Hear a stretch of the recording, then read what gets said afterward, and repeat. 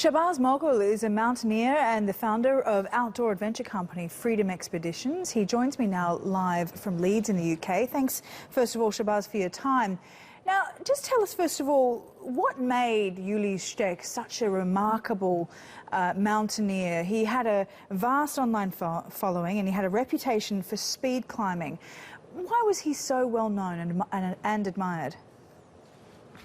I think it was his ability to look at unclimbed routes, to look at a new challenge and then set himself against those challenges. And I think that's where the inspiration for a lot of us, including myself, came from, because he never backed down from a challenge. He was always wanting to explore, and especially the ones which had never been done before or been rarely been done. And I think that is something which is quite tough for a lot of mountaineers, because we like to do things that we're familiar with. We like to do things where we know we've got a degree of safety, and he would go out and do things where that degree of safety has been taken away. So they have to do a lot of their own risk assessments, a lot of their own planning. So yeah, he really did put himself against the elements, and I think that was part of the inspiration.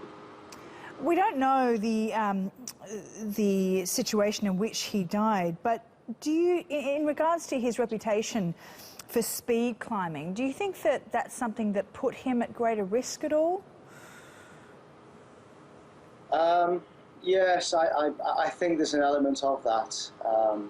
If you speed climb, if you solo and there's nobody else there, then you do put yourself in an added degree of danger. And if you do lose your footing, even momentarily, and as in your previous clip, one of the Sherpas said that it was one of the easier routes, and that does happen time and time again, where very accomplished climbers, mountaineers, will often have an accident on easier routes because your mind switches off.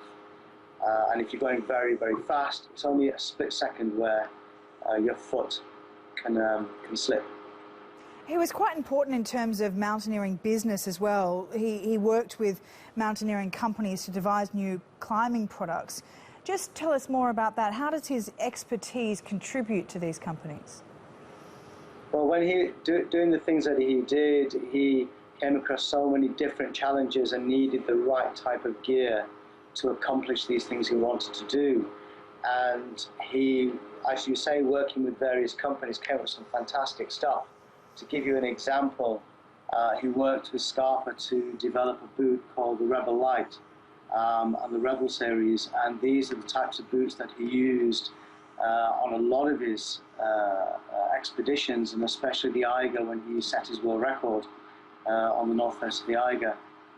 Fantastic boot, but he knew exactly what type of lacing, what type of tongue to use on the boot, the type of material, and trying and testing them and coming back to the same companies and developing really, really good boots and clothing for people like us to go and use when we're out there. And they do make a huge difference because his expertise was second to none. No doubt his achievements will continue to inspire plenty of other climbers around the world. But who inspired him, do you think? He started climbing at the age of 18 as a very young man. So I mean, I would assume that people like Chris Bonington, Rab, and a lot of these older guys who went out and did some amazing stuff. And you've got Andy Kirkpatrick, you've got the two people, Andy Lowe as well, who unfortunately died in Nepal in 1999.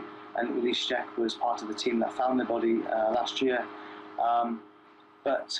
Yeah, I mean, I think he's been such an inspiration to younger people and new people coming into the industry, like myself and lots and lots of people from various backgrounds.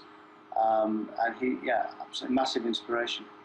All right, Shabaaz, we'll leave it there for the time being. Really appreciate your insight today in our program. Shabaaz Moghal from Leeds for us there.